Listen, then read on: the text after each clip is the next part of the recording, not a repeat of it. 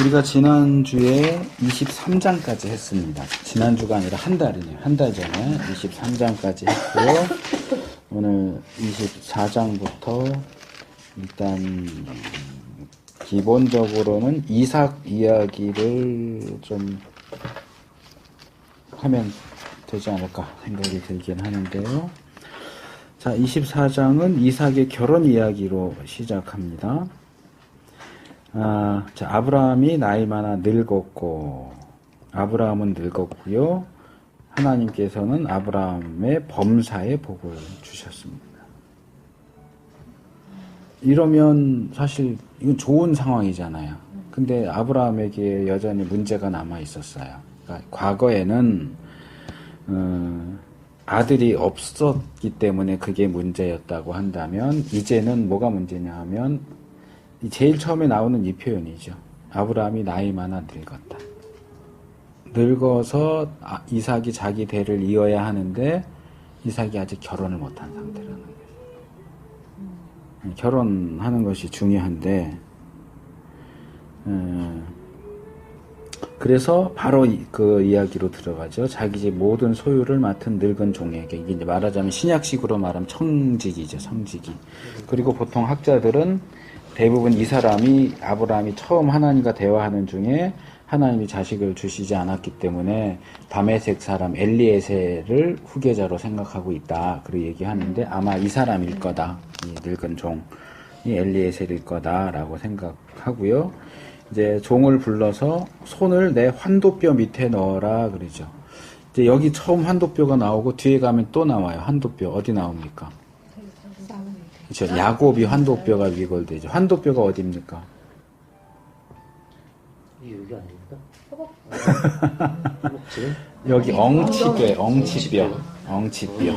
그러니까 말하자면 넓적다리와 여기 허리 골반 있는데 연결되는 그 정도 부위가 환도뼈. 그러니까 여기인데 뼈인데 환도뼈 밑에 넣으라 그러는데 사람이 있으면 뼈가 있고 살이 있는데 어디 뼈 밑에 어떻게 손을 넣겠어요. 그러니까 결국 이건 뭐냐면 내 엉덩이 밑으로 손을 넣으라는 얘기고요. 그리고 이것은 상징적으로 뭐냐 하면 여기서 환도뼈라고 하는 것은 생식기를 가리키는 거예요, 사실상. 환도뼈? 그러니까 환도뼈가 생식기라는 게 아니고 내 손을 내 환도뼈 밑에 넣어라 하는 얘기는 이렇게 앉아 있는데 이렇게 내 엉덩이 아래로 손을 이렇게. 그러니까 이거는 정확하게 여기 설명은 안 돼 있지만 맹세예요, 이것도. 맹세 의식의 하나예요. 예. 그러니까 맹세 의식 가운데 하나가 이런 거예요. 그래서 이 부분은 자세히 설명하고 있는 걸 제가 본 적은 없는데 제가 나름대로 추측하는 거는 그거예요. 그러니까 이 장면을 생각을 해보세요. 저 말고 감독님이 양반다리를 하고 앉아 있어요. 아브라함이에요.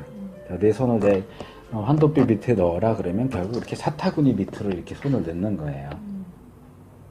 그러니까 이것은 어쩌면 이건 정답은 아니고 제가 추측하는 것은 자신의 생식기를 놓고 맹세를 하는 거예요.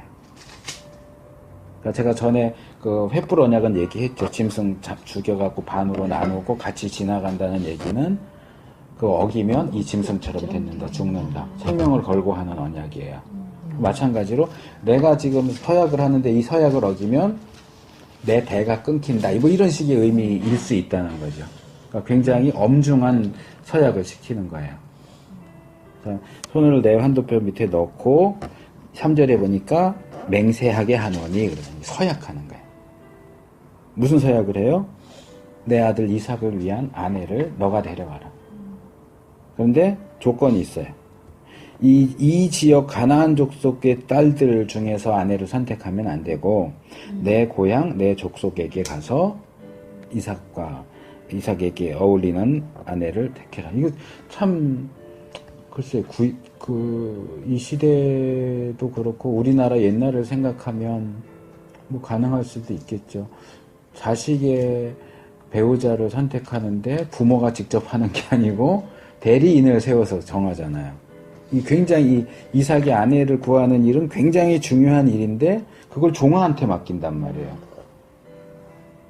그러니까 이거는 거꾸로 말하면 그만큼 이 종은 아브라함의 신뢰를 받는 사람인 거예요. 그리고 그럴 만한 어떤 이유와 근거가 될 수 있는 것들이 이야기를 읽어가다 보면 나와요. 그래서 이 종이 물어보죠. 그래서 내가 선택했는데 그 여자가 여기까지 오기를 원하지 않으면 어떡합니까? 그럼 아들을 데려갑니까? 아니다. 왜냐하면 지금 이 땅은 거기가 내 본토이긴 하지만 하나님이 나에게 약속하신 땅은 이 땅이라면 이 땅을 버리고 갈 수가 없어요. 그러니까 이 부분에서도 우리가 결혼과 관련된 중요한 교훈을 받을 수 있어요. 자, 남자가 있고요. 이 남자가 약속의 땅에 있어요. 여자가 있는데 여자는 약속의 땅에 살고 있지 않아. 딴 땅에 살고 있어. 근데 당신이 나랑 결혼하려면 내가 있는 데로 와. 그럴 때 남자가 약속의 땅을 떠나서 그리로 가도 되느냐? 안 된다는 거예요. 이건 남자가 됐든 여자가 꼭 남자가 그렇다라는 얘기가 아니고 결혼의 문제에 있어서 우리가 하나님의 약속을 저버리면서 그것을 버려가면서 결혼하는 것은 옳지 않다. 반대일 수 있죠. 여자가 이쪽에 있고 남자가 이쪽에 있을 때 남자가 너 나랑 결혼하려면 그거 다 버리고 와. 그럴 때 버리고서라도 그 남자와 결혼을 해야 되느냐. 안 된다는 거죠. 이게 성경의 기본적인 내용이에요. 우리 신앙을 가진 사람은 신앙이 없는 사람과 결혼하지 않아야 된다. 그래요? 네. 신자는 불신자와 결혼하면 안 돼요. 그러니까 여기서 다르게 나온 게 그거예요. 내 아들을 위한 아내를 가나안 족속의 딸 중에서는 선택하지 마라. 그 얘기가 우리는 하나님의 선택받은 백성이기 때문에 선택받지 않은 우상 섬기는 이방 족속 여자와는 결혼하면 안 된다. 지금으로 말하면 그리스도인은 비그리스도인과 결혼하면 안 된다는 거예요. 네. 그건 굉장히 중요한 일이에요. 네. 만약에 하겠다라고 한다면 상대방을 신앙으로 이끌어서 교회 이제 그리스도인이 되면 결혼할 수 있는데 이 부분에서도 이제 허점이 많죠. 대부분 이제 여자들이 믿고 남자들이 안 믿는단 말이에요. 그러면 이제 남자들은 그래요. 그 여자를 아내로 얻기 위해서는 무슨 약속이든지 할 수 있어요. 그래 나 교회 나갈게. 나랑 결혼하려면 교회 다녀야 돼. 교회 나갈게. 문제는 그러고서 결혼을 하면 왠지 얻었으니까 다 잡은 고기한테 먹이를 안 주는 거지, 미끼를. 그럼 뭐 어떻게 그런다고 교회 안 나간다고 다시 월점으로 돌려 이럴 수 있어요? 결혼했는데? 그 여자가 잡히면 안 되죠. 그러니까 이제 이런 경우에 좀 시간을 들여서라도 그냥 단순히 교회에 출석하는 게 아니고 교회에 출석해서 신앙심을 갖게 하고 세례도 받고 정말 이제 교회 출석만 하는 사람이 아니고 정말 신앙인이 되었다라고 할 때 이제 결혼을 하면 이제 좋기는 하겠죠. 그럼 힘든 현실이 힘들어요. 있네요. 많이 그러니까 사실은 제일 좋은 것은 그러니까 신자와 불신자가 결혼한다고 할 때 신자와 불신자 결혼하면 힘들어요. 기본적인 사고 방식도 다르고 진짜 힘들어. 많이 힘들어요. 해봤어. 진짜 신용불량. 진짜 힘들어요. 이렇게 결혼하면 신용불량이 되는 거예요. 진짜 신용불. 근데 이제 이 사람들이 결혼하기 위해서 나 교회 나갈게 한단 말이에요. 그럼 이렇게 결혼하는 경우가 굉장히 많아요. 근데 이 결혼은 별로 행복해질 수 없어요. 어머 어떡해. 왜요? 이 신자가 어떤 사람이냐에 따라 달라요. 예를 들어서 이 신자가 모태신앙이다. 그래서 결혼 한 25살에 결혼을 한다. 얘는 이제 교회 나온 지 1년 됐다. 25년짜리 신앙인과 1년짜리 신앙인은 또 수준이 달라요. 그러니까 둘 다 결혼해서 다녀도 예를 들어서 남편이 벌어왔는데 아내가 11조 해야지. 그럼 남편이 뭐라고 그랬어요? 그거를 왜 10분의 1이나 드려? 한 100분의 1 드리면 몰라도 이러면 계속 불화가 생기는 거예요. 그래서 가장 좋은 것은 25년짜리 신앙인은 25년짜리 정도 신앙인과 결혼하는 게 가장 좋아요.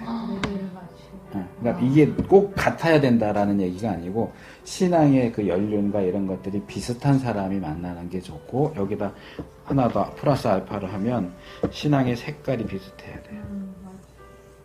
되게 중요하죠. 장로교 다니는 여자와 순복음 다니는 남자가 결혼하면 이것도 굉장히 힘들어요. 어머 그래요? 네. 장로교 다니는 사람은 이러고 기도하는데 같이 기도하는데도 부부가 순복음 누구 옆에서 이러고 기도하면 굉장히 힘들어요. 이 사람은 뭐 말씀하는데 여기는 뭐 성령충만 막 이러면서 막 방언으로 막 하고 이러면 이 색깔도 굉장히 힘들어요. 교회도 마찬가지예요. 나랑 색깔이 맞는 교회, 나랑 색깔이 맞는 목회자. 뭐 나랑 색깔이 다른 목회자는 목회자가 아니야. 그건 아니에요. 그 사람의 색깔인 거예요. 그러니까 그 목회자의 색깔에 맞는 성도들이 모이면 서로 좋게 가는데 다른 색깔인 사람이 와갖고 자꾸 막 그러면 목회자도 힘들고 성도도 힘들어요. 근데 부부관계도 마찬가지예요. 그래서 제가 청년들한테 많이 얘기하는데 사실 연애 기간에 끌리는 때는 자기와 다른 쪽이 끌려요. 조용한 사람은 좀 활발한 사람에게 끌리고 활발한 사람은 조용한 사람에게 끌려요. 그래서 이렇게 많이 만나는데 사실은 같은 성향끼리 같이 만나서 결혼하는 게 결혼 생활은 그게 편하고 좋아요. 그래요? 끌리는 건 다른 성향에 끌려요. 근데 연애할 때는 좋아요. 성향이 달라도. 근데 저렇게 같은 성향이 만난 사람인데 다른 성향 보면서 바람 나는 거예요. 그렇죠. 그럴 수도 있죠. 이게 이제 지겨우면 문제가 생기면 그럴 수 있는데, 그러니까 결혼을 그 여자도 마찬가지고 뭐 남자만 그래? 난 안 그래. 그래서 비슷해야 사실은 서로 살기는 좋아요. 그러니까 우리가 보통 말할 때 서로 다르면 서로 보완해 주니까 좋잖아라고 하는데. 또 여기서 사랑이라는 존중. 예를 들어서 나는 이렇게 기도하는데 난 이렇게 기도해. 저 사람을 존중하면요. 네. 그거 이해하거든요. 이해를 못 한다는 게 아니고 이해할 수 있어요. 저쪽에서 한숨이 나오면 내 말이. 근데 시험머리가 안 맥히는데. 흔히 말하는 대로 부부가 싸우는 건 큰 거 갖고 안 싸워요. 작은 거 갖고 싸운다고요. 그래서 많이 예를 드는 게 그거잖아요. 치약 짜는 거. 치약 짜는 거 중간에서 짜냐 끝에서 짜느냐 그거 이해하면 되지. 근데 왜 그런 예들이 결혼에 대해서 다루는 책마다 다 나올까요? 실제로 그런 것들이 문제가 된다는 거예요. 그런 사소한 걸로는 싸우는 쓰레기를 누가 갖다 버릴 거냐. 정해놔. 그러니까 아무나 갖다 버리면 되지. 이랬지만 정하지 않아도 실제 돼요. 생활 속에서는 단체가 안 하기 때문에. 아니 고생을 안 해봐서 그렇게 사소한 거 갖고 싸우는 거예요. 그래요. 맞아요. 아니요. 실제 그걸로 부부는 고생을 해보면 실제 부부 싸움은 그렇게 큰 거 갖고는 잘 안 싸워요. 대부분 사소한 걸로 싸워요. 근데 그게 부부싸움 할 때 성향이 같은 사람끼리는 골마요. 그럴 수도 있죠. 둘 다 말 안 하고. 사실은 이 아. 안 싸우는 부부싸움 안 하는 것도 문제가 많고 꽁하고 있고. 뭐 아싸리 싸울 때 싸우고 이 서로를 확실히 알아갈 그 시간에 확실히 해야 부부관계가 오래 가는 것 같아요. 근데 비슷한 부부가 싸우면 박 터지게 맞아. 싸워요. 네. 끝장나 버려요. 끝장나고. 뭐 결혼하지 정적 말아요. 아니면 아니, 어느 한쪽도 전쟁. 굽히지 않으니까. 나 같은 사람을 만나면 돼. 그래요. 무조건 참고 청소 다 하고 뭐 다 하는 사람. 그렇게 되기까지 얼마나 힘들었겠어요. 잘하시네. 저 표정은 어이없음. 다 읽었어. 야 역시 옷은 내 편이다. 아 제일 든든하네 내가. 자, 어쨌든 뭐 결혼 얘기하니까 제일 좋아하네. 뭐 결혼 특강도 아닌데. 영주 씨는 또 그럴 수 있죠. 자, 그래서 맹세하고 종이 주인의 약대 중 열필. 약대가 낙타인 건 아시죠? 낙타예요? 낙타. 예. 낙타 얘기가 나와서 하나 덧붙이면 그 예수님 말씀 중에 부자가 구원받는 것이 얼마나 힘든지 약대가 바늘길을 통과하는 것이 더 쉬울 거다 이런 말씀이 나오는데 왜 거기 약대가 나오느냐 하면 구약이나 신약 시대에 있어서 이 지역에서 가장 큰 동물이 낙타예요. 우리는 코끼리도 있고 뭐 이렇게 말할 수 있는데 이 지역에 코끼리가 없어요.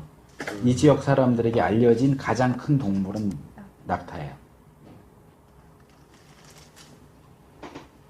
어쨌든 낙타를 10필 이 정도면 이제 아까 앞에 나온 것처럼 부자니까 가능한 거예요. 10필만 있었던 게 아니고 여러 필이 있는데 그 중에 10필을 가지고 가죠. 그리고 주인의 모든 좋은 것을 예물이죠. 가지고 떠나 메소포타미아로 가서 나홀의 성에 이르렀다. 아, 그럼 이 사람 혼자 가진 않았겠죠? 그렇죠. 10필을 혼자 다 못했어. 자기 밑에 또 다른 종들도 가지고, 만나면. 예, 가지고 갔겠지만, 데리고 갔겠지만, 그건 이제 중요하지 않으니까 여기서 언급은 안 되고요. 그리고 우물 곁에 꿀렸다. 여인들이 물을 길러 나오리라. 그럴 때 기도하죠. 근데 여기도 보세요. 우리 주인 아브라함의 하나님 여호와여. 이 종이 나의 하나님 여호와여 그러지 않고 우리 주인 아브라함의 하나님. 이 종도 굉장히 느낌이 그러니까 이런 표현은 부정적으로 볼 수도 있고 긍정적으로 볼 수도 있어요. 그러니까 주인 아브라함이 하나님을 믿기 때문에 그 영향으로 이 종도 하나님에 대한 신앙을 가졌다라고 이제 보면 긍정적이지만 왜 하나님을 자기가 믿는 하나님이라고 안 하고 주인님의 하나님이라고 불렀을까? 그러니까 그만큼 하나님과의 관계가 친밀하지 않았다 이렇게 볼 수도 있겠죠. 그리고 이제 어떤 역사적이고 그런 점에서 또 보면 우리가 출애굽기 가면은 이제 부정적인 경우죠. 재앙이 내렸어요. 바로가 모세를 불러서 야 이거 없어지게 해. 그럴 때 너가 믿는 하나님한테 얘기해서 이거 없애 이렇게 얘기하거든요. 그 얘기는 나는 안 믿는다는 얘기예요. 근데 여기서는 종이 안 믿는 건 아니에요. 믿는데 이제 주인이 믿는 하나님. 근데 이제 이게 이런 거죠. 우리 실제 삶 속으로 보면 내가 어디서 일을 하는데 나의 하나님과의 관계를 내 옆에 있는 동료들이 너무 잘 알아요. 그 사람들이 하나님 직접 믿지는 않지만 예를 들어 박 대표님이 믿는 하나님 정말 대단한 것 같아. 내가 그 하나님을 믿지는 않지만 내가 그 박 대표님 믿는 하나님한테 기도하면 될 것 같아. 이런 식의 말하자면 영향력인 거죠. 근데 그렇게 가까이 있는 사람들이 그렇게 말하기가 쉽지 않잖아요. 이 가족 전도가 힘들잖아요. 네, 맞아요. 잘 믿는다고 하는데 가족들은 생활을 뻔히 아는데 그 사람이 어떤 사람인지 아는데 너가 믿는 하나님 나도 믿고 싶어 이렇게 되는 경우가 많지 않잖아요. 그러니까 그만큼 아브라함은 그 종들에 대한 그런 영향력도 굉장했던 걸로 볼 수 있고 은혜를 베푸시옵소서 하면서 이게 이제 성경시대의 초기니까 이런 것들이 나와요. 조건을 걸죠. 요렇게 해주시면 하나님이 인도하시는 걸로 알겠습니다. 그 내용은 자세하게 안 하겠는데 하나만 말씀드리면 이제 여자가 오면 나 물 좀 줘 라고 할 때 마시세요 하는 것뿐만 아니라 내가 낙타에게도 물을 마시게 할게요. 이렇게 하면 그 여자가 하나님이 선택하신 여자인 줄 알겠습니다 라고 하는데 이 부분은 이제 고고학적인 게 필요한 거예요. 낙타는 주로 사막에서 살죠. 그 등에 혹에 기름과 수분을 한다는 걸 아시죠. 그래서 얘들은 지금 횡단에서 왔잖아요. 이럴 때 낙타 한 마리가 얼만큼 먹을까요, 물을? 엄청 많이. 엄청 많이 먹어요. 거의 한 10리터 이상 맞아요. 그러면 여자 하나가 낙타가 몇 마리예요? 10마리잖아요. 이게 정확한 건 아닌데 예를 들어서 10리터면 100리터를 그 우물 이게 수도도 아니고 우물이잖아요. 그 우물물 길어가지고 항아리에 담아가지고 갖다 주고 또 가서 또 기고 이거는 이 여자는 생활력이 엄청 강한 거예요. 그러면서 요구하지도 않았는데 내가 동물을 불쌍하게 여기는 마음, 그 수고를 마다하지 않는 마음, 너그러움, 그리고 실제 힘도 세고, 그렇죠? 그러니까 여러 가지를 지금 여기 넣고서 하는 얘기예요. 그냥 단순히 어떤 조건만 맞추는 게 아니고, 보통 여자들 같으면 물도 안 줄걸요? 물 좀 달라고. 내가 지금 힘들게 길어왔는데, 당신이 가서 떠서 마시면 되지, 왜 내가 길어오는 물을 달라고 그러냐? 이럴 수 있잖아요. 근데 요구도 안 해도 낙타들 지친 것 같은데 내가 낙타들 마시는 물까지 하겠습니다라고 하는 건 사실은 굉장히 어려운 조건인 거예요. 근데 여기 재미있는 게 말을 마치지 못하여서 여기 이제 말은 다 돼 있죠. 내가 알겠나이다까지 나오는데 이 말을 끝내기도 전에 여자아이가 하나 나왔는데 그게 리브가다. 그 소녀는 보기에 심히 아름답고 남자가 가까이 하지 아니한 처녀였다. 어떻게? 그걸 어떻게 알았을까요?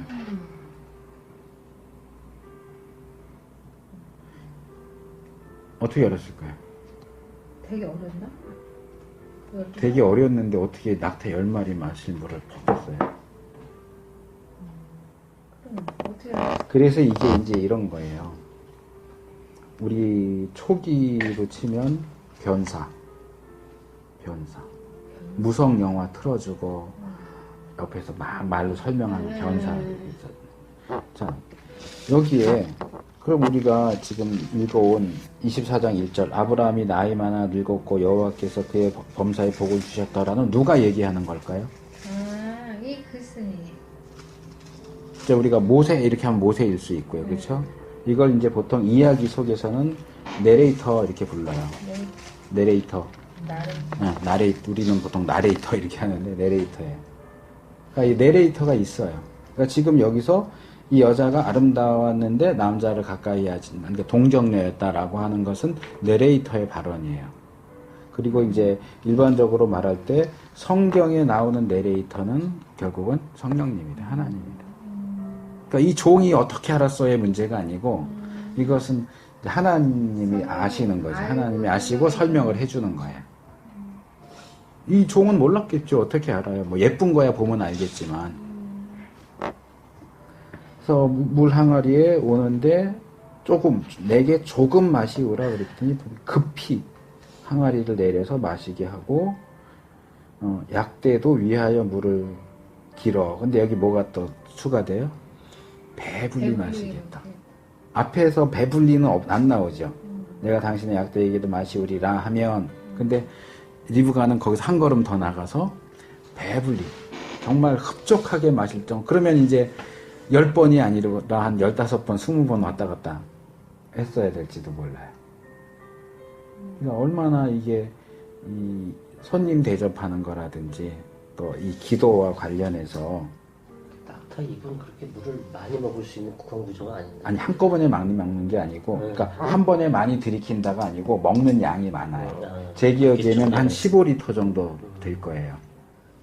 한 마리가 이렇게 이런 식으로 해서 지쳐 있고 이럴 때 물을 주면 저장하기 위해서도 많이 마시거든요, 낙타는. 네.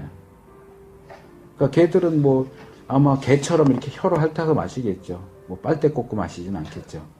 손으로.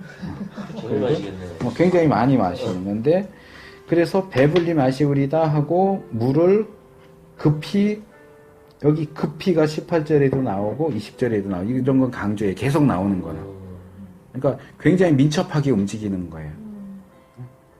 그리고 붓고 다시 길으로 달려가서 모든 약대를 위해서 물을 길었다. 그러니까 있어야 되는 거 아니에요? 리브가는 굉장히 적극적이고 강한 여자예요. 오히려 이삭이 조금 여성스럽고 리브가가 좀 남성스럽고 그럴 정도로. 그런데 21절 중요해요. 그 사람이 그러니까 리브가를 묵묵히 주목해요. 보통 같으면 내가 좀 돕겠다고 내 낙타잖아요. 근데 여자 혼자서 그렇게 막 여러 번 왔다 갔다 하면은 내가 좀 돕겠다 이럴 텐데 안 도와줘요. 못 돼서 안 도와주는 게 아니에요. 왜 묵묵히 주목해요? 내가 금방 기도했는데 너무 금방 똑같이 내가 기도한 내용 그대로 됐는데 여기서 이제 우리는 엊그제 제가 이제 진경이랑 뭐 이렇게 저녁에 얘기할 그런 상황이 돼서 얘기하다가 하나님의 인도하심을 받을 때는 어떤 것들을 해야 되는지 쭉 얘기를 하면서 확인하고 하는 것들을 얘기를 했는데 우리 같으면 내가 기도한 그대로 됐잖아요. 그럼 뭐라 그래요? 하나님 인도하셨구나. 이 여자 맞네. 이럴 텐데 이 종은 그렇게 하지 않아요. 끝까지 봐요. 그리고 어떻게 해요? 여호와께서 과연 평탄한 길을 주신 여부를 알고자 확인하는 거예요.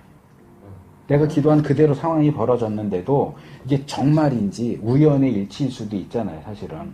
이런 조언을 했지. 응. 그러니까 그거를 계속 봐요. 그리고 약대가 마시기를 다함에 금고리, 손목고리 이렇게 선물로 주면서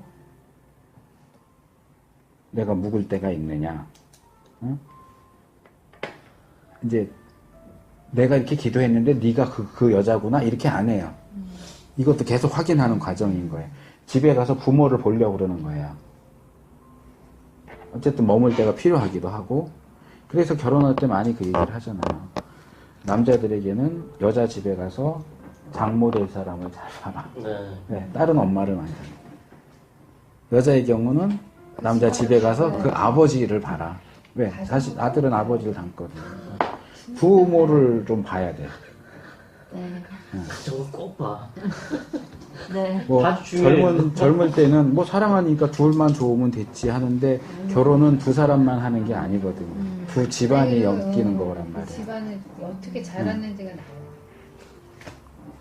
그래서 유숙할 곳이 있느냐 그러니까 여자가 자기를 소개하죠. 나는 누구다. 여기 보니까 바로 친척이에요. 엄밀하게 따지면 리브가는 이삭의 고모예요. 그러니까.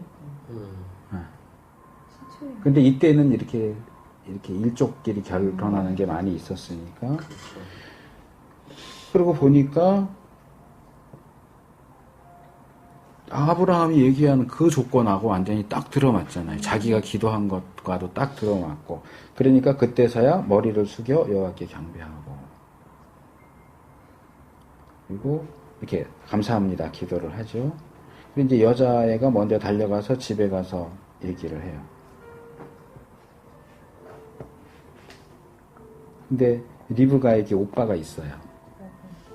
이 집안이 현대적으로 말하면 문제가 많은 집안이에요.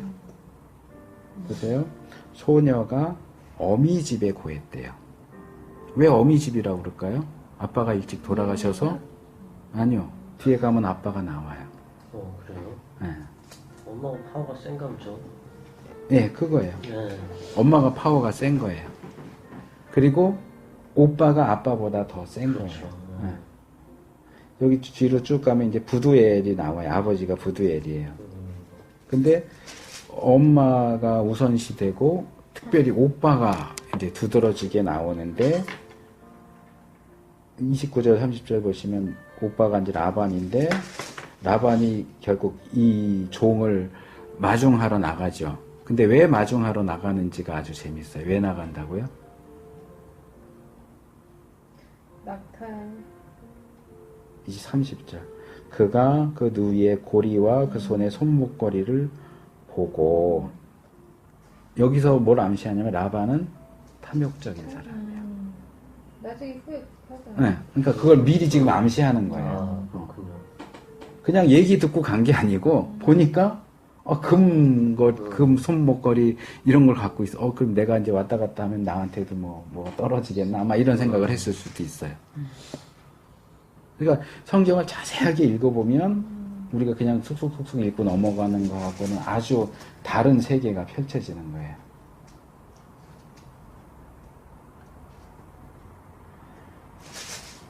그리고 이제 집에 데리고 가는데 이 종은 여기서 참 대단한 사람이에요. 음식을 다 사려줬는데 33절에 내가 내 일을 진술하기 전에는 먹지 않겠습니다.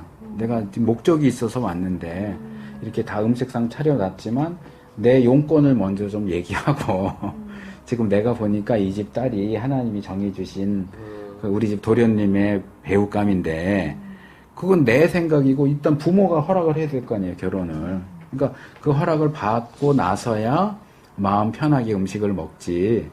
그 전에는 내가 먹지. 아까 박 집사님 얘기한 대로 정말 이런 종이 있으면 얼마나 좋겠어요. 대선을 다 줄만하네. 그리고 뭐 쭉 얘기를 하면서 어떻게 만나게 됐는지까지도 쭉 이제 그게 이제 쭉 이야기가 가죠. 그리고 이제 50절 넘어가면 라반과 부두엘이 아빠가 드디어 나오죠. 이 대답하되 이게 여호와께서 이렇게 하셨는데 뭐 우리가 어떻게 반대할 수 있겠느냐. 오케이. 여호와의 명대로 아내가 되게 하라. 땅에 엎드려 또 절하죠. 이번에도 이제 아까는 기도 응답에 대한 거였고 이번에는 이제 목적이 이루어졌잖아요. 그리고 은금 패물과 의복을 꺼내 리브가에게 주고 오라비와 어미에게도 보물을 주니라. 라반이 꿈꿨던 일이 이루어졌어요. 그리고는 하룻밤 자고는 일어나서 또 가겠다는 거예요.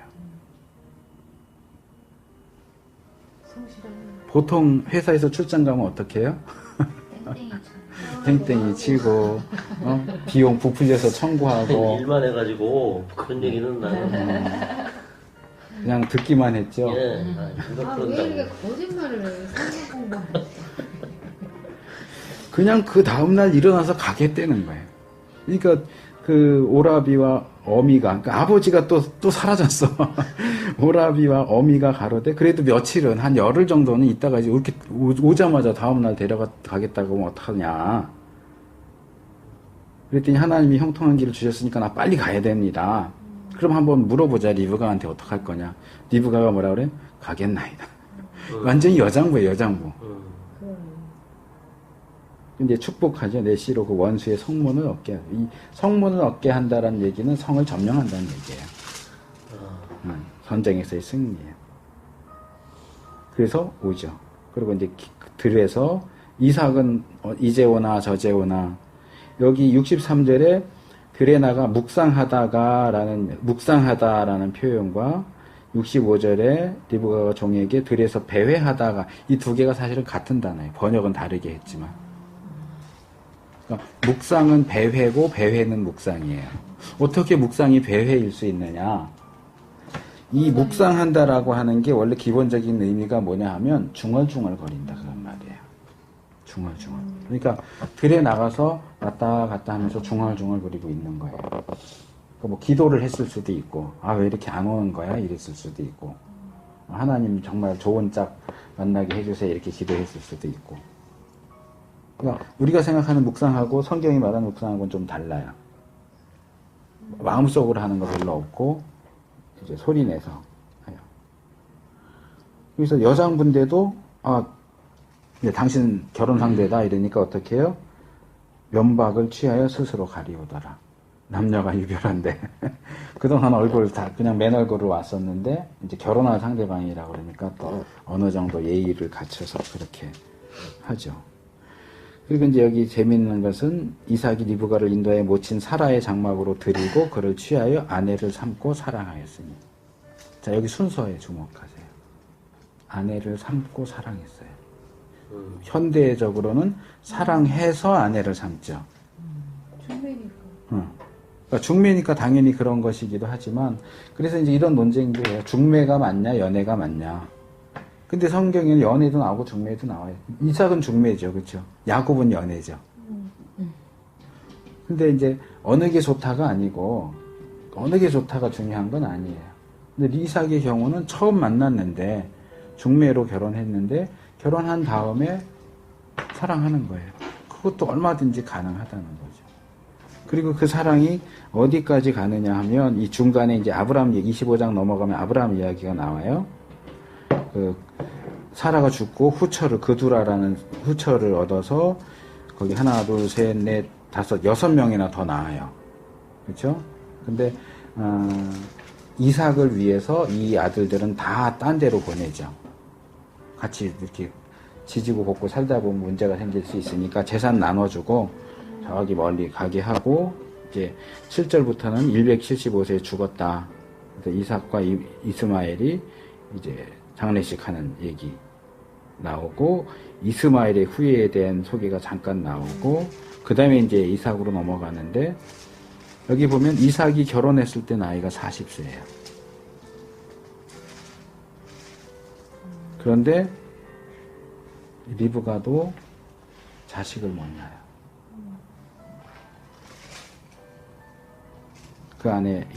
그 아내가 잉태하지 못함으로. 그래서 야곱과 에서 쌍둥이를 낳을 때 이삭이 몇 살이냐 하면 60살이에요. 20절에 나오죠. 그들을 낳을 때 이삭이 60세였더라. 20년 동안 불임이었어요. 근데 이 아브라함의 가문은 불임이 많아요. 하라가 그랬고 리브가가 그랬고 그 다음에 라헬이 또 그렇죠. 그러니까 이게 약속의 자녀라고 하는 부분과 관련해서 생각해야 되는 부분이에요. 아, 하나님 자녀를 약속하시는데 왜 다 이렇게 결혼하면 애를 못 낳는? 그러니까 그 애는 결국 누가 주는 거냐? 하나님이 주는 거예요. 약속의 자녀. 근데 여기서 이제 40세에 결혼했는데 애가 없어요. 거기에 대한 이삭의 반응이 나오죠. 어떻게 해요? 기도하죠. 자기 아내 임신을 위해서 기도하고 하나님이 간구를 들으셔서 잉태하죠. 이런 이삭의 태도는 저기 뒤에 가면 야곱의 태도하고 비교가 돼요. 30장 가보세요. 야곱이 사랑하는 아내는 라헬인데 레아는 결혼을 먼저 했지만 이제 본부인이 됐지만 사랑을 못 받아요. 남편의 사랑을 못 받아요. 그러니까 하나님이 그 레아를 불쌍히 여기시고 자식을 주시죠. 그러니까 라헬이 언니는 자식을 낳는데 자기는 못 낳으니까 뭐라 그래요? 그 형을 투기하여 야곱에게 이르되 나로 자식을 낳게 하라. 그렇지 않으면 내가 죽겠노라. 나 자식 못 낳게 하면 죽어버릴 거야. 그랬더니 야곱이 뭐라 그래요? 라헬에게 노를 바라요. 화를 내면서 내가 하나님도 아닌데 왜 나한테 그러냐고. 불임인 아내를 대하는 이삭의 태도와 야곱의 태도가 아주 정반대로 나타나죠. 어쨌든 그래서 잉태를 했는데 쌍둥이가 잉태가 됐죠. 여기는 아이들이 그의 태 속에서 서로 그라고 번역했지만 그녀예요, 그녀. 리브가의 태 속에서 싸워서 근데 이게 싸우는 건지 뭔지 모르죠. 어쨌든 그 몸 움직임이 태동이 좀 심했겠죠. 어떻게 해야 됩니까? 물어보니까 둘인데 하나가 크고 하나가 작고 큰 자가 작은 자를 섬기고 그래서 아이를 낳죠. 그리고 아이가 자라서 에서는 익숙한 사냥꾼, 사냥 전문가. 야곱은 여기 종용한 사람이라고 번역된 건 참 좋지 않은 번역인데. 몇 절이에요? 27절. 이 종용하다 그러면 우리는 종용하다가 무슨 뜻일까요? 종용한 사람은 어떤 사람이에요? 감독님은 종용한 사람입니까? 아닙니까? 종용한 것 같아요, 저는. 그거 뭐. 종용한 게 어떤 뜻을 건데요? 보면 이렇게 좀 정직하고 뭐 이렇게 아닐까요? 정직하고. 다른 사람. 조용한데 옹졸한. 조용한데 옹졸한. 정반대 조용한데 웅뚱한. 나를 보고 얘기하지 뭐 사람마다 다른데 종용한 그러면 보통 조용한 이렇게 떠올리는데 이 원래 단어 히브리 단어는 온전한 완전한 사람, 온전한 사람. 우리가 노아 할 때 노아가 온전한 사람이라 그랬잖아요. 근데 우리가 알고 있는 야곱이 온전한 사람이에요? 아니요.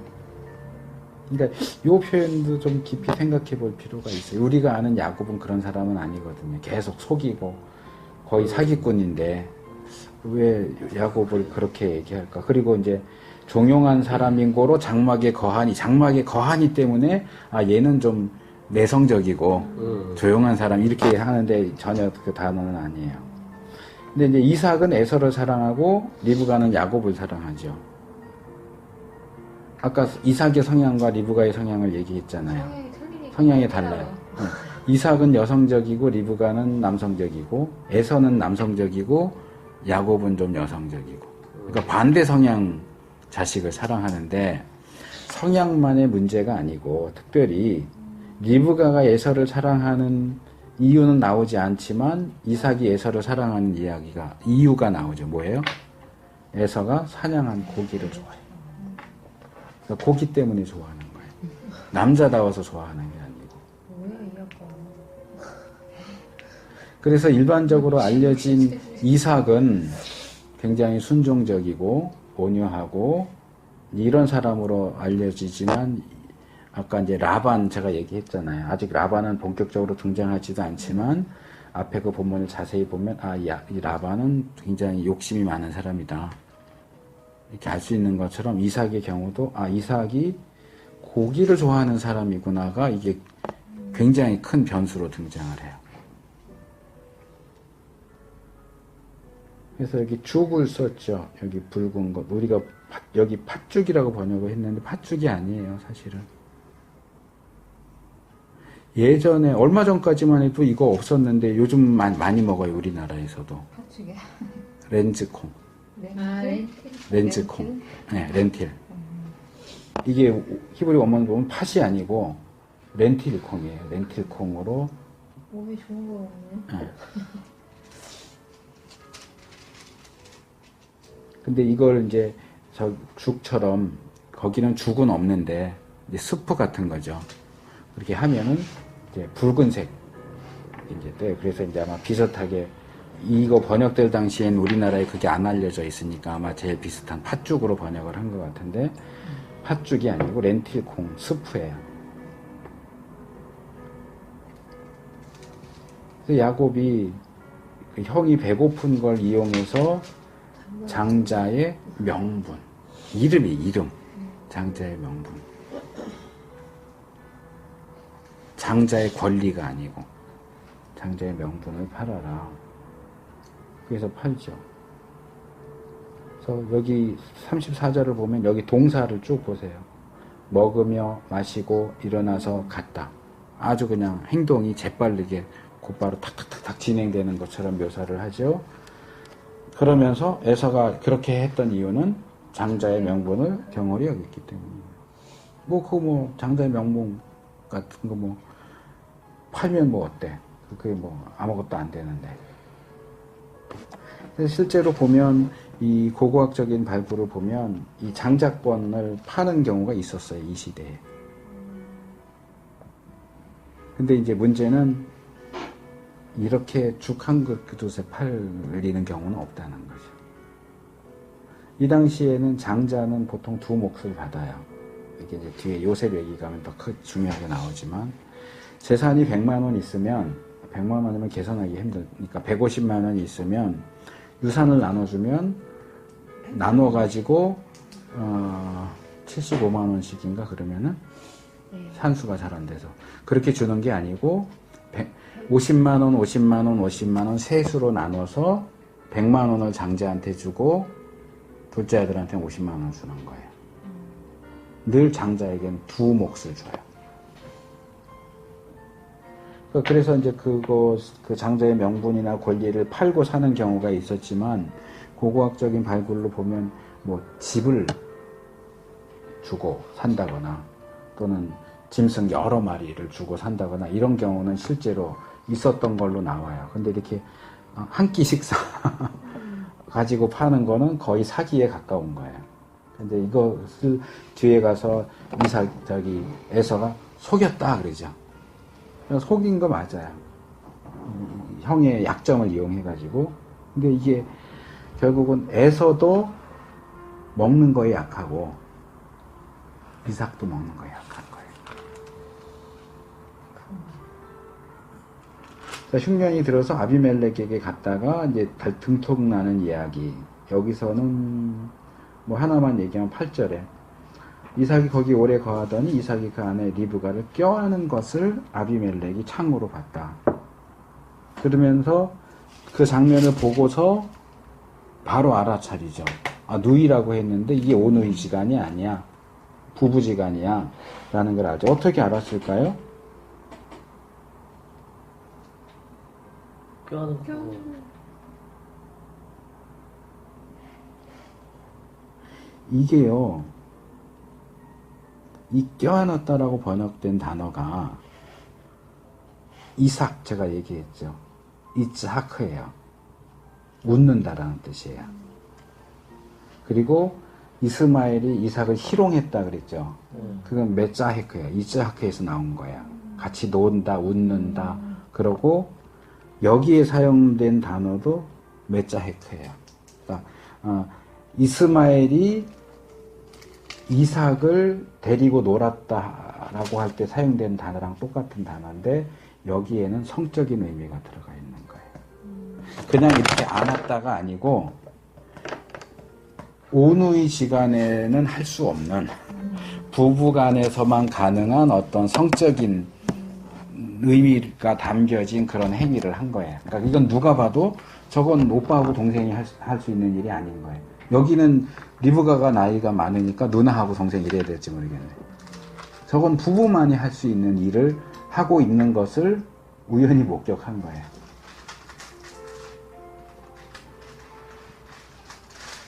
어쨌든 이런 걸 통해서 이제 여기도 이제 약속의 자녀가 위협을 받죠. 이렇게 아내를 뺏기면 큰일 나잖아요.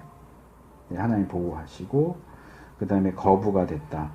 아브라함 때도 부자였는데 12절에 보니까 100배를 농사에서 100배를 창대하고 왕성하여 마침내 거부가 됐다. 그러니까 아버지 때보다 훨씬 더 부자가 되죠. 그러다 보니까 시기해서 우물을 자꾸 메워버리니까 우리 같으면 왜 내 우물인데 메워하고 싸울 텐데 이삭은 안 싸워요. 메우면 또 다른 데 가서 또 파고 또 쫓아와서 그러면 또 다른 데 가고 이제 이런 것 때문에 우리가 이삭은 평화를 사랑하는 사람, 누구랑 싸우지 않는 사람 이제 이렇게 하는데 여기서도 보면 계속 나오는 게 뭐냐 하면 18절 아브라함 때 팠던 우물들을 다시 팠다. 새로운 우물이 아니고 이쪽은 물이 귀하기 때문에 아버지 때 팠던 우물을 판다 그러죠. 근데 결국은 이제 다투지 않는 곳까지 가는 게 나오고 계속 우물 파는 이야기가 계속 나오고 끝에 아비멜렉이 와서 야, 하나님이 너랑 함께 하시니까 너가 복 받는 거 봤다. 우리 서로 계약을 맺자. 우리도 네 덕 좀 보자.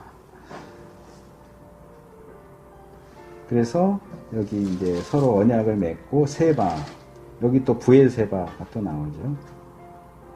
그러면서 그 아브라함이 아비멜렉과 언약을 맺었던 장면 끝에는 에셀 나무를 심고 영생하시는 하나님 이름을 불렀더라고 이야기가 마무리되는 반면 이삭이 아비멜렉과 언약을 맺은 사건 뒤에는 에서가 이방 여자와 결혼했다는 얘기로 끝나요.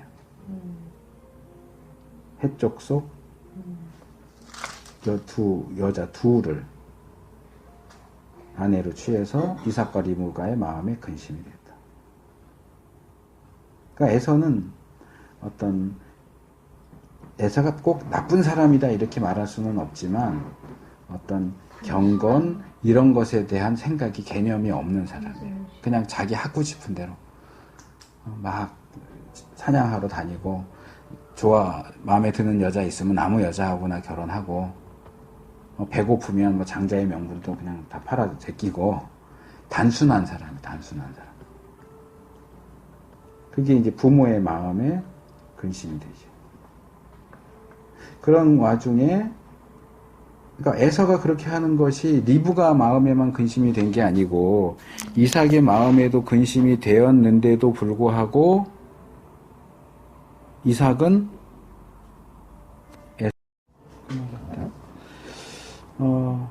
나이가 많아 눈이 어두워 잘 보지 못했다. 요 비슷한 표현이 어디냐면 사무엘 상에 나와요. 엘리. 그러니까 이것은 단순히 육신의 눈이 어두워졌다는 얘기가 아니고 육신의 눈도 어두워졌지만 영적인 눈도 어두워진 거예요. 그래서 몰래 에서를 부르죠. 그리고 뭐 해라고 그래요? 고기 갖고 오라고. 사냥해서 고기 갖고 오라고. 그래서 뭐라고 그래요? 그거 실컷 먹고 죽기 전에 내 마음껏 내게 축복하게 하라. 그러니까 어떻게 보면 쌍둥이지만 에서가 먼저 낳잖아요. 에서가 먼저 낳았으니까 마지에게 장자의 축복을 하는 게 맞을 것 같지만 우리가 이미 제가 자세하게 얘기는 안 했지만 25장에 하나님의 응답이 주어졌잖아요. 첫째가 둘째를 섬긴다. 마지가 그러니까 내가 선택한 건 둘째다라고 이거 이제 리브가에게 주신 말씀인데 리브가가 자기만 알고 있지는 않았을 거라고요. 분명히 자기 임신을 위해서 기도해준 남편한테도 얘기했고 이삭도 그걸 알고 있을 텐데 어떤 이유에서인지 이삭은 하나님이 선택한 야곱이 아니라 에서를 장자로 인정하고 축복하려고 그래요. 이게 보통 알려져 있지 않은 이삭의 가장 큰 문제예요.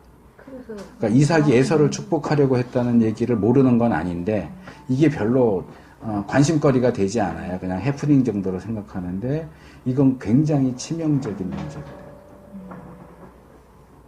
근데 그게 어디서 나오느냐? 고기. 고기. 그래서 여기 보시면 이제 그 이야기를 몰래 엿듣고 리브가가 이제 야곱에게 뭐 이렇게 해라 그러고 하는 내용이 나오죠. 먼저. 그래서 여기 보시면 리브가가 야곱에게 뭐 갖고 오라고 그래요? 염소 갖고 오라고 해요. 염소. 이것도 기억해 두셔야 돼요. 염소예요.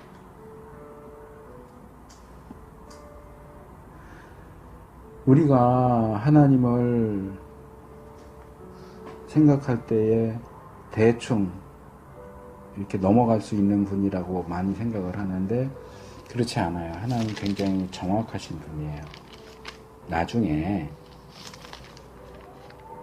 야곱의 아들들이 요셉을 팔아넘기고 요셉의 옷을 찢어서 피를 묻혀 갖고 와서 들짐승이 잡아먹은 것 같아요 하고 야곱을 속이죠.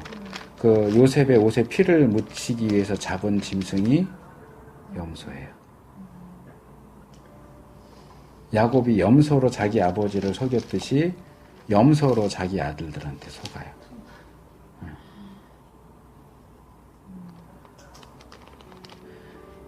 그러니까 하나님은 하나님의 백성이 아닌 사람은 어떨지 모르지만 하나님의 백성에 대해서는 굉장히 철저하신 분이에요. 대충 넘어가지 않아요. 야곱이 형 속이고 아버지 속이고 하니까 라반한테 가서 얼마나 또 자기가 속아요.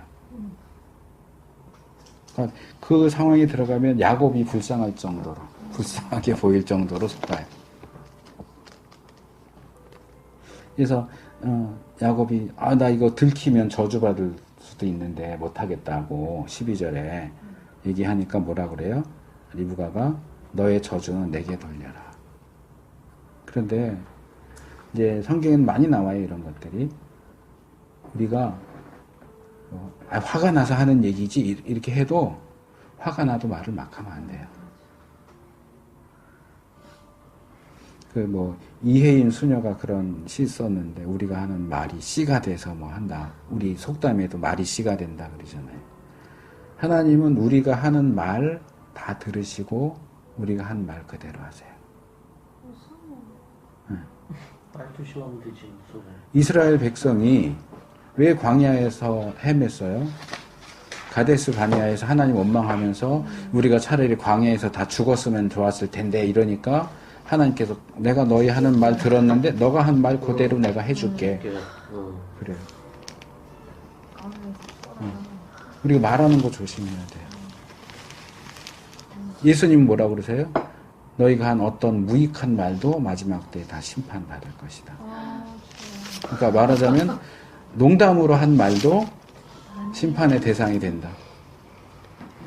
내 머릿속에 지워. 그래서 뭐라 그래요? 다윗이 주님 내 입에 파수꾼을 세워주세요. 함부로 말하지 않도록. 큰일 났네. 앞으로 안 하면 돼. 네. 이제까지 한 거 회개하고 앞으로는 몰라서 그런 거니까 이제 알았으니까 말하는 것. 그게 이제 잘 안 되는 것도 있고 특별히 이제 저희처럼 성경을 연구하는 사람들은 또 목사들은 또 성경 가지고 농담을 해요. 그러시죠. 그렇겠죠. 근데 저는 그거 안 하려고 많이 노력을 해요. 근데 그게 막 습관이 되다 보니까 서로 이렇게 만나면 그냥 막 편하게 하면서 뭐 들어보셨을 거예요. 뭐 예수님도 개고기 좋아하셨다. 그래서 예수님이 가이사랴 빌립보까지 가셨다. 가이사랴 빌립보에 가신 것을 우리 그 사투리처럼 해갖고 개를 가이라고 그러거든요. 그러니까 가이사러 빌립보에 가셨다. 그런 식으로 이제 성경을 막 변형시켜서 한다거나 뭐 주의 말씀은 진리니이다. 진리인데 발음되는 데라면 진리. 주의 말씀이 진리입니다. 이런 식으로 농담을 한단 말이에요. 그런 것도 안 돼요. 그렇죠. 실망이에요. 그러면 안 되죠. 그렇게 생각해요. 근데 뭐 목사님들만 그러는 건 아니잖아요. 그냥 뭐 성도들 중에도 성경 가지고 농담하고 근데 그런 것 비슷한 어쨌든 성경에 나오는 내용들로 농담을 하거나 뭐 하는 그런 것들 우리가 다 조심해야 돼요. 정말 다윗처럼 기도해야 돼요. 내 입에 파수꾼을 세우셔서. 네.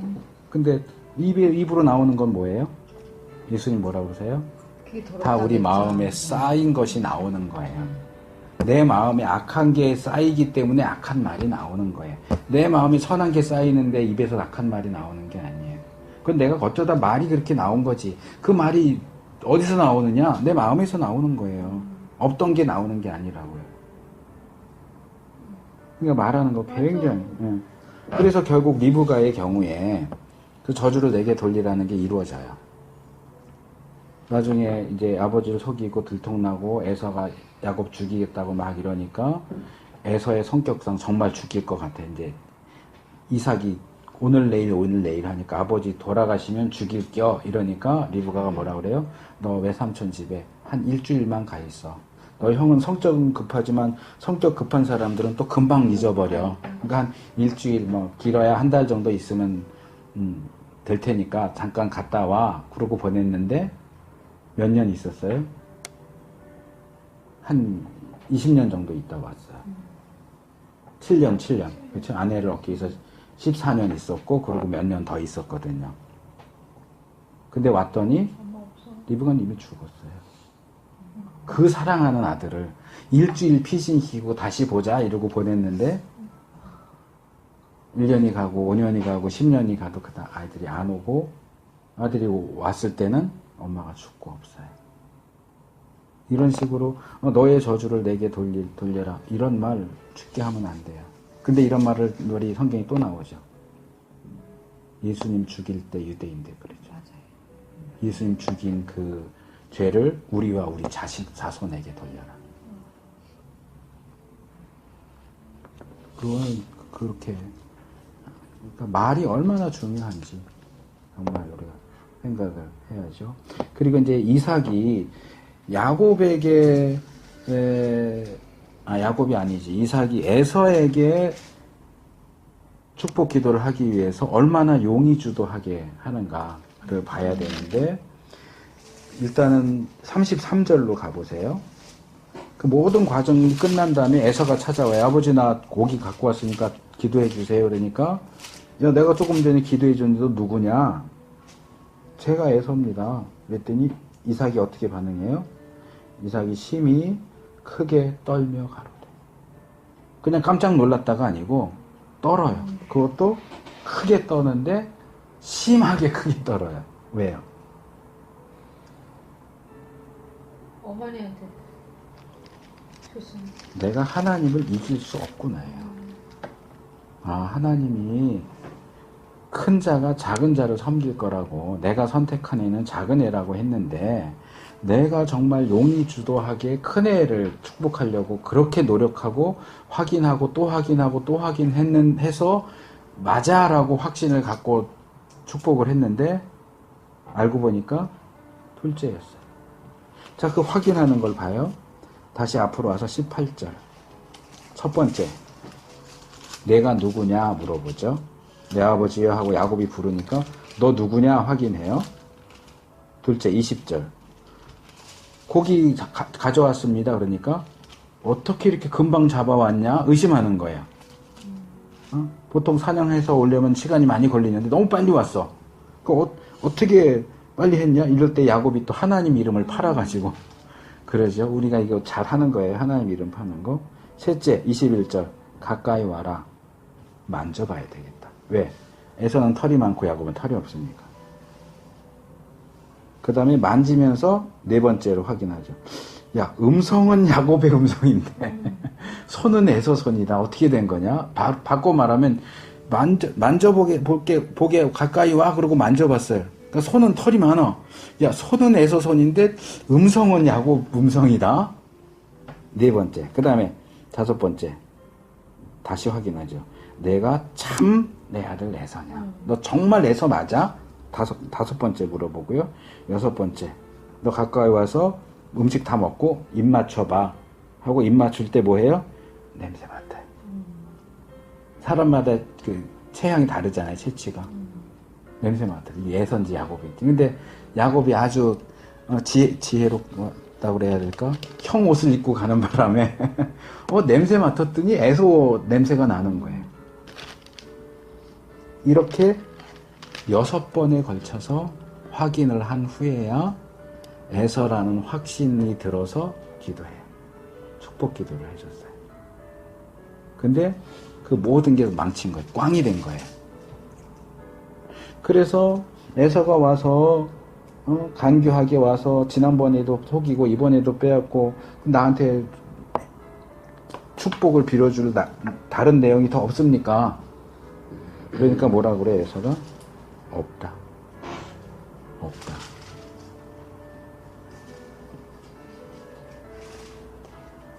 37절. 내가 그를 너의 주로 세우고 형제를 내가 그에게 종으로 주었으며 곡식 포도주를 공급하였으니 내 아들아 내가 내게 무엇을 할 수 있으랴. 그게 뭐예요? 하나도 안 남겼다. 그거는 뒤집어서 말하면 뭐예요? 이삭은 야곱을 축복할 생각이 하나도 없는 거예요. 야곱한테는 하나도 줄 생각이 없었던 거예요. 이게 이삭이 얼마나 나쁜 거예요, 이게. 하나님이 선택한 건 야곱인데, 그걸 알면서도 에서에게 이렇게 집착을 해요. 근데 다른 것도 있었겠지만, 그 집착이 주로 어디서 나왔다고요? 고기요. 그러니까 고기를 좋아하는 게 나쁘다라고 말할 수는 없어요. 그런데 이삭이 고기를 좋아하는 것은 그에게 아주 치명적인 약점이 된 거예요. 그러니까 고기가 아니라 무엇이라도 마찬가지예요. 그래서 구약에는 이제 우상이 있잖아요. 우상이 있지만 신약에는 우상 얘기가 별로 안 나오면서 어떻게 바뀌냐면 하나님보다 더 사랑하는 것이 우상이다. 이삭의 우상은 고기예요. 우리의 우상은 뭘까요? 우리의 자식일 수 있고요. 남편일 수 있고 아내일 수 있고 명예일 수 있고 인기일 수도 있고 돈일 수도 있어요. 하나님보다 더 사랑하는 게 우상이에요. 그러면 교회 열심히 다니고 말씀도 잘 알고 기도도 하고 봉사도 많이 하는데 나는 하나님과 더불어 무언가 다른 우상을 섬기는 거죠. 예수님 뭐라고 그래요? 하나님과 재물을 겸하여 섬길 수 없다. 하나는 사랑하고 하나는 미워하지 둘 다 똑같이 사랑한다는 건 불가능하다. 이삭은 족장이에요. 하나님을 섬기는 사람이에요. 그런데도 고기라는 우상을 섬기니까 하나님의 뜻에 위배되도록 행동을 해요. 근데 그런 자기의 용의주도한 계획과 확인 끝에 했는데도 불구하고 결국 하나님의 뜻이 이루어지니까 이삭이 그 하나님을 두려워하는 거예요.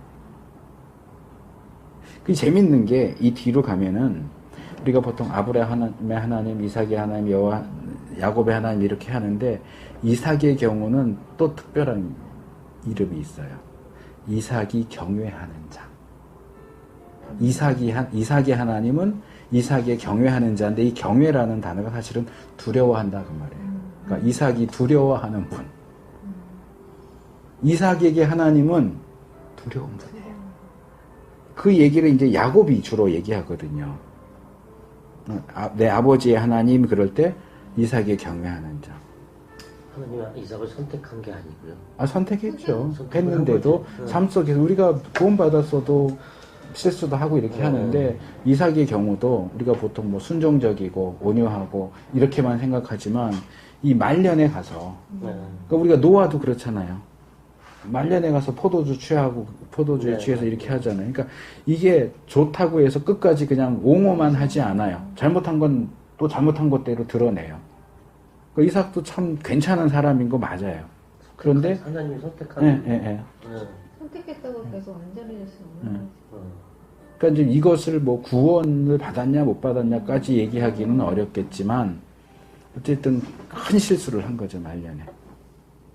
그런데도 불구하고 하나님은 야곱이 축복 기도를 받도록 그렇게 하시죠. 그리고 아까 얘기한 것처럼 이제 죽이겠다 그러니까 44절에 내 형의 노가 풀리기까지 몇 날 동안, 이게 하루인지 이틀인지 사흘인지 일주일인지 몰라요. 자기가 사랑하는 그 아들을 다시 볼 수 없을 거라는 생각은 전혀 안 했겠죠, 리브가가. 근데 얘가 지금 어디로 갔는지도 알고, 네. 그리고 형의 분노가 사그라지는 사람을 보내서 불러온다 그랬잖아. 네. 근데 왜 안 했죠? 아마 보냈다는 내용은 없지만 보냈어도 못 왔겠죠. 아내를 얻기 위해서 그렇게 계약을 하고 일을 했으니까 이거 끝나고 갈게요 이랬을지도 모르죠. 성경에는 없지만. 그리고 뭐 나이가 그렇게 많지 않으니까 설마 그 사이에 죽을 거라고 생각도 안 했겠죠. 또 야곱은 야곱 나름대로의 때 상황이 있고. 그래서 리브가가 이제 결혼 문제를 놓고 얘기하면서 뭐 죽일까봐 이렇게 얘기는 못하고, 야곱은 좀 제대로 시키게 보냅시다 해갖고 보내죠. 오늘 여기까지 하겠습니다. 이제 다음에는 야곱이 이제 도망가는 얘기부터 28장부터. 자, 이제 집중력이 떨어지기 딱 직전에 스톱하시는. 역시. 뭐 질문하실 거 있으십니까?